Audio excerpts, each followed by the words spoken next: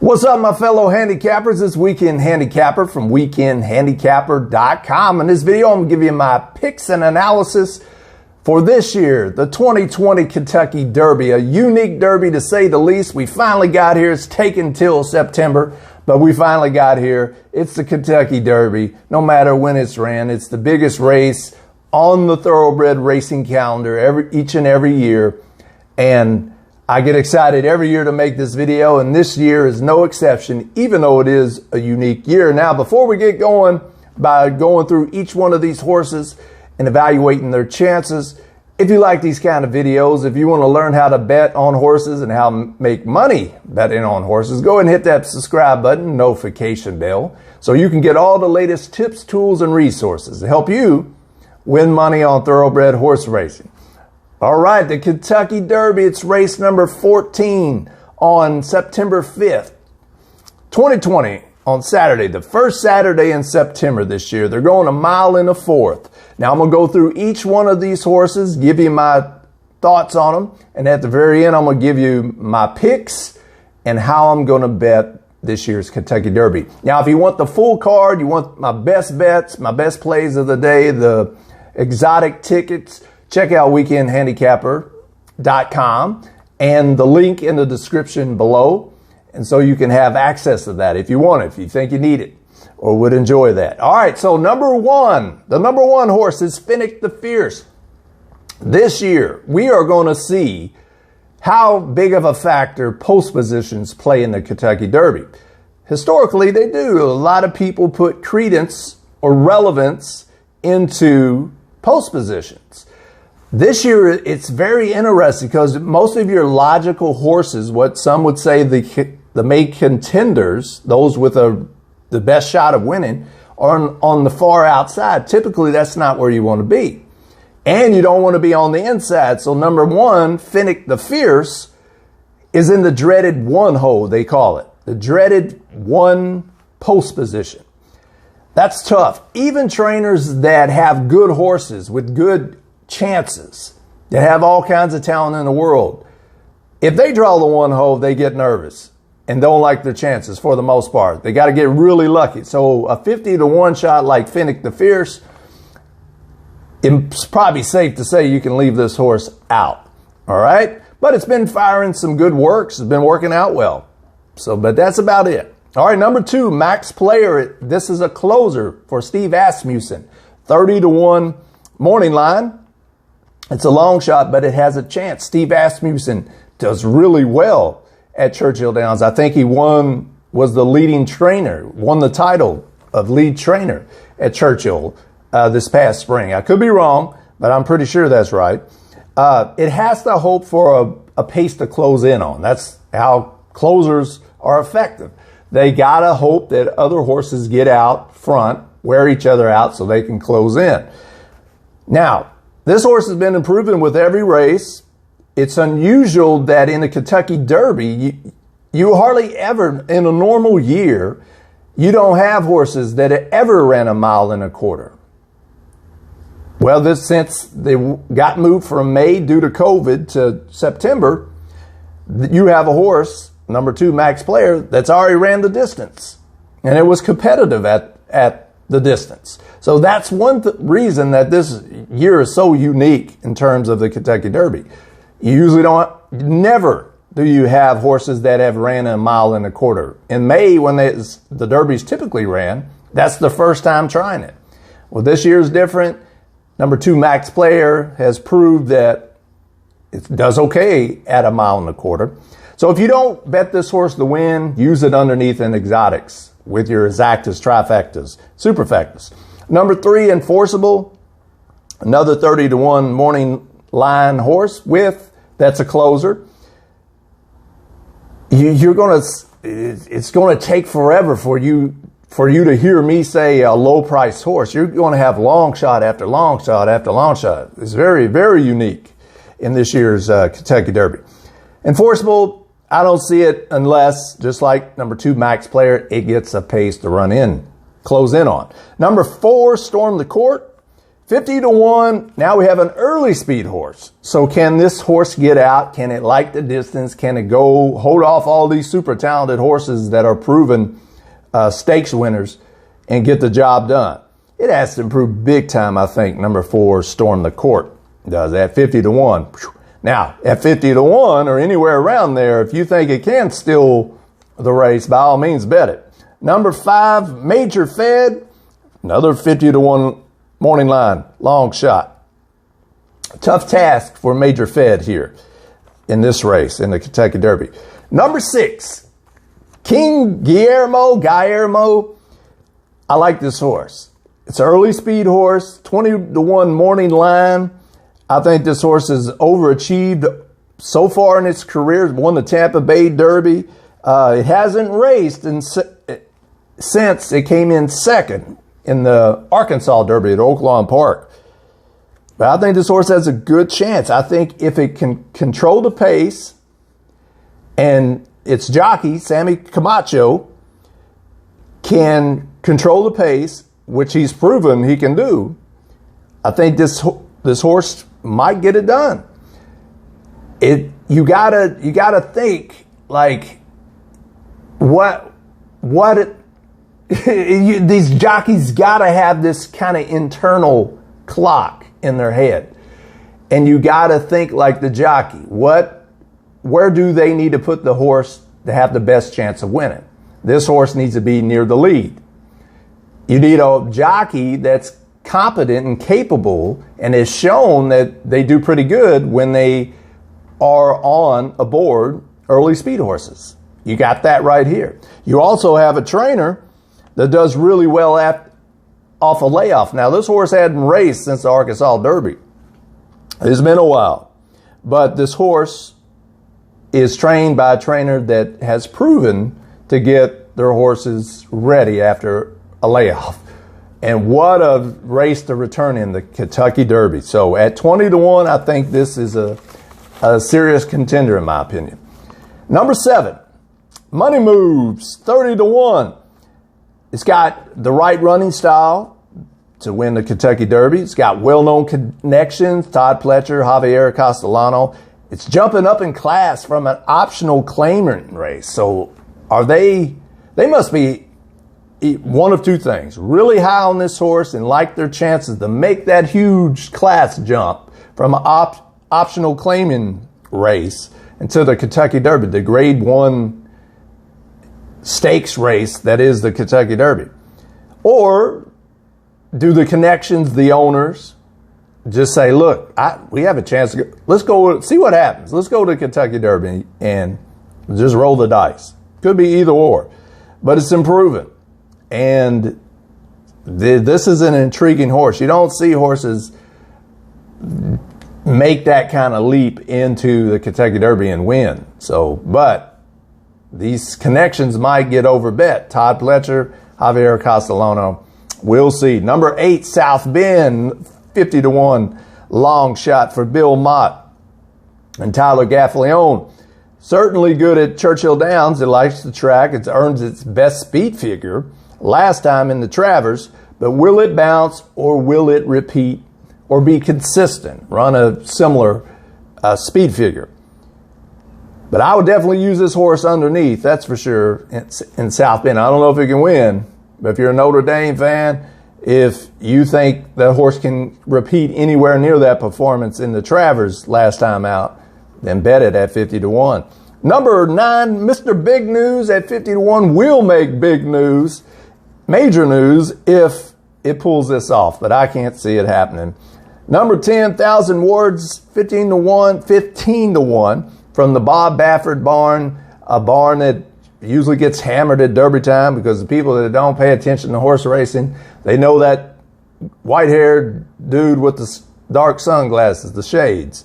So they'll probably bet, does Bob Baffert have a horse in this race? If so, who is it? I'll bet that one. So can't blame that guy's track record. Can't blame somebody for maybe putting a few bucks on that. Hadn't done much wrong.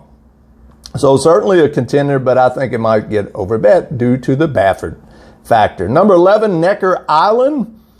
I like this horse's running style. It's 50 to 1. He's done well at Churchill Downs, but man, boy, he's got to step up big time against these horses that we're getting ready to, well, some of them we already mentioned, but these that we're getting ready to mention too. Number 12, Sol Volante, a closer. We got to have some pace to run at. Early on in his career was doing really well. Now, last race, you probably can forgive it, but hey, great exotic horse, I think. And who knows, it might really step up and go back to its earlier form and be really competitive and factor in first, second, third, or fourth place here in the Kentucky Derby. Number 12, Sol Volante. Number 13, Attachment Rate. Del Roman's horse has been slowly improving. Now, if that trend continues, it could be a factor at a big price. The number 13, Attachment Rate. Number 14, Winning Impression. Dallas Stewart trains this horse. Dallas always seems like he's on these big races, getting a piece of the action, if not winning. I remember the Kentucky Oaks way back when. He had a huge bomb. I remember him being a factor in the placings in the Kentucky Derby with huge prices. So I don't remember this horse too much. I try to keep up with all these horses, but I can't remember it right off the top of my head. But Dallas Stewart, the trainer, has been known to blow up the tote board on these big races. So I don't know about this horse winning, but I'm probably going to use this horse underneath just in case, because I've been burned. I've been knocked out of a Derby Superfecta because of one of Dallas Stewart's big long shot. That could have made me play for years, probably 3 or 4 years, probably, if I would have hit that Derby Superfecta. If I remember right, it might have came in second or third or something like that. Screwed me up. Number 15, New York Traffic. Always liked this horse. I've liked it all year. I keep betting this horse. And it hadn't came through yet, but it might come through on the biggest day of the year in horse racing. It's an early speed horse, 20-1 morning line.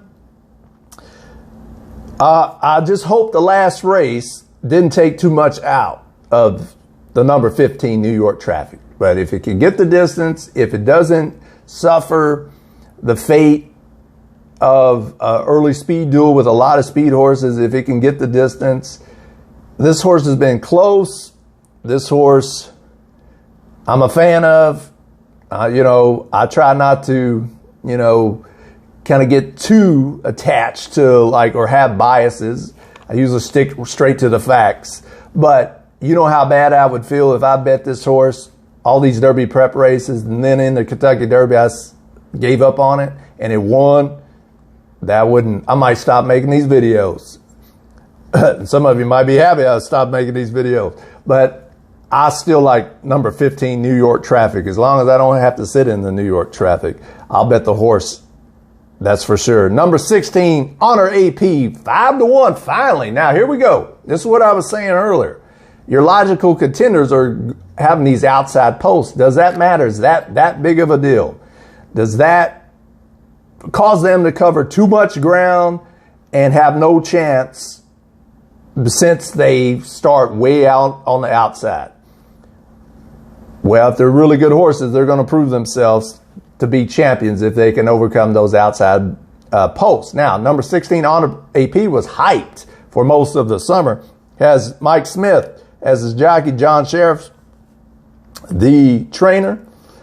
Now, it was disappointing to a lot of people in the shared belief. It was a heavy favorite at Del Mar, but it could get back to its winning ways here. I'm sure Honor AP still has a lot of support and will have a lot of support at the wagering top. I was getting ready to say at the windows, but ain't nobody going to be there really, spectator-wise, to go to the windows and make their bets.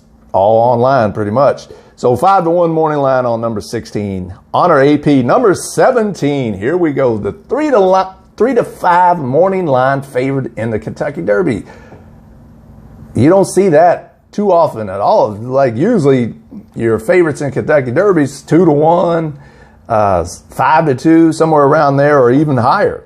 in most years, but number 17, Tis the Law. How can you not like this horse and what it's done? It's only lost once. Last race was probably the most impressive of any of the races. This horse just keeps rolling. Got the right running style. There's not much negative there unless you think the number 17 post position is a huge negative and it can't overcome it. But if good horses overcome bad post positions draws. Great horses certainly do. Is Tis the Law a great horse?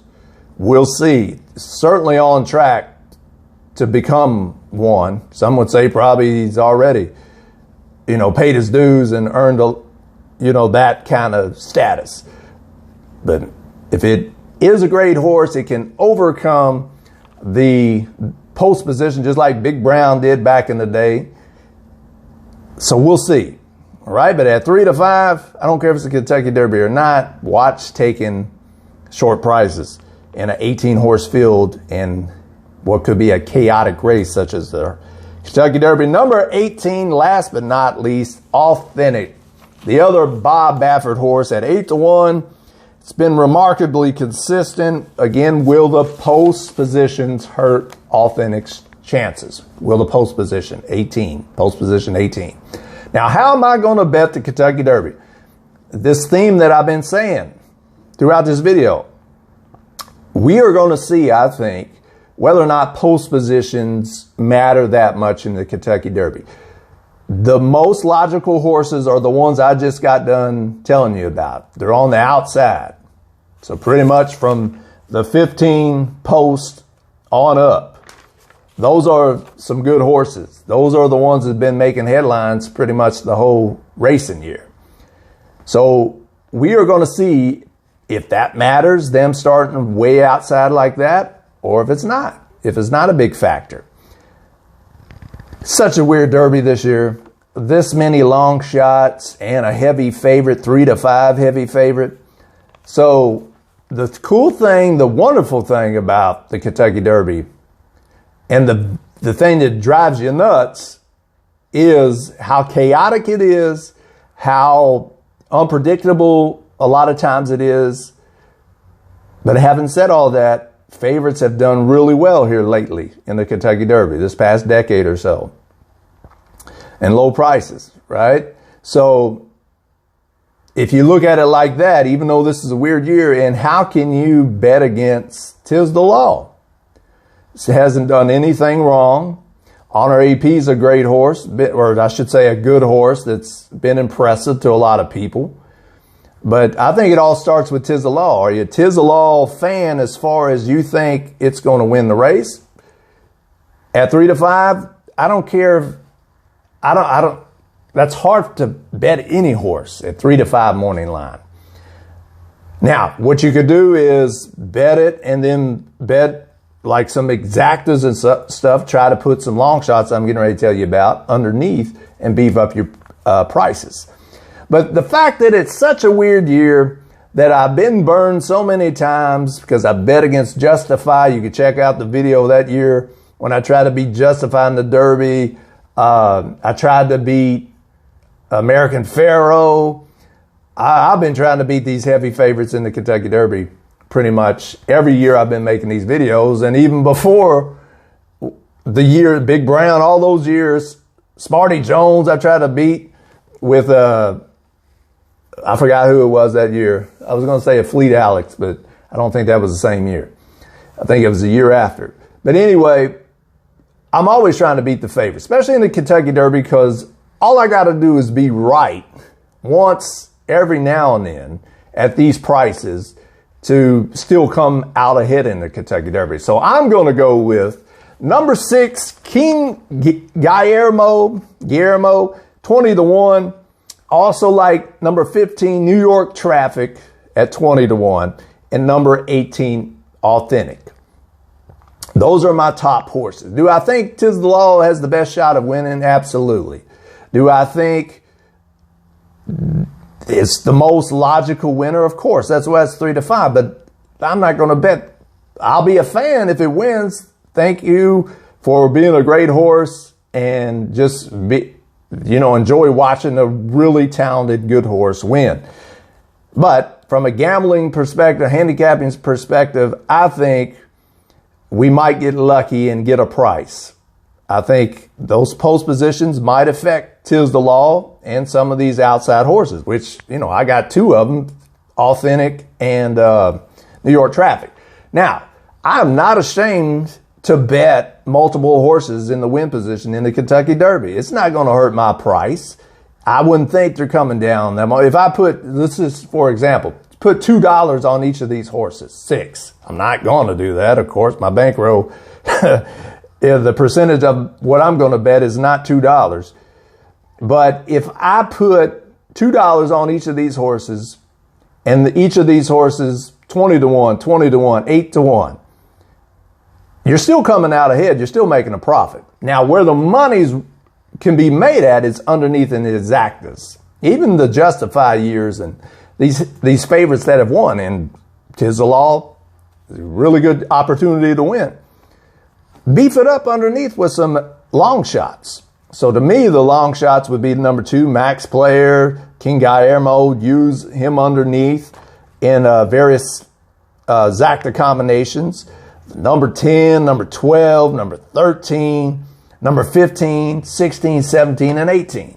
So if I put number 6, King Guillermo on top, number 15, New York Traffic on top, put Tiz the Law on top, or Authentic on top, and then underneath you use all those long shots for exactas, heck yeah, you're still going to get paid.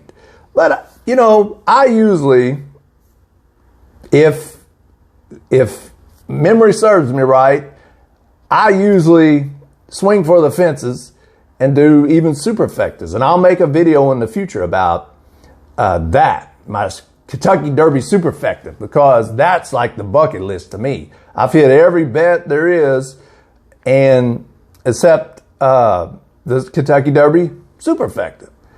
And so I've had the exactas, trifectas in years past, but I've never hit the Kentucky Derby superfecta. So usually I'll skip past trifectas also. I'll bet a couple horses to win in the first position, make some exactas. Hopefully they'll pay, or bet the ones that pay pretty good. And I skip the trifecta and go right to the superfecta. So I'll make a video about my Kentucky Derby superfecta here pretty soon. You can check out. So who do you like in the Kentucky Derby? I would love to hear your pick, who you think is going to win. It's the biggest race of the year. I'm going to go with number 6, King Guillermo, number 15, New York Traffic, and probably put a wager on number 18, Authentic, too. So let me know in the comments below who you like in this year's Kentucky Derby. Hopefully you cash big if you have the winner. If Tiz the Law wins, great, that's wonderful. I always look at it. I pay money, the price of admission, to see a great horse win. All right, even if I lose some money, I'm still a happy man seeing a really good horse win. If you want the full card, if you want the different plays of the day and exotic tickets, check out weekendhandicapper.com. And whatever you do, have fun, enjoy yourself, and until next time, happy handicapping and smart wagering.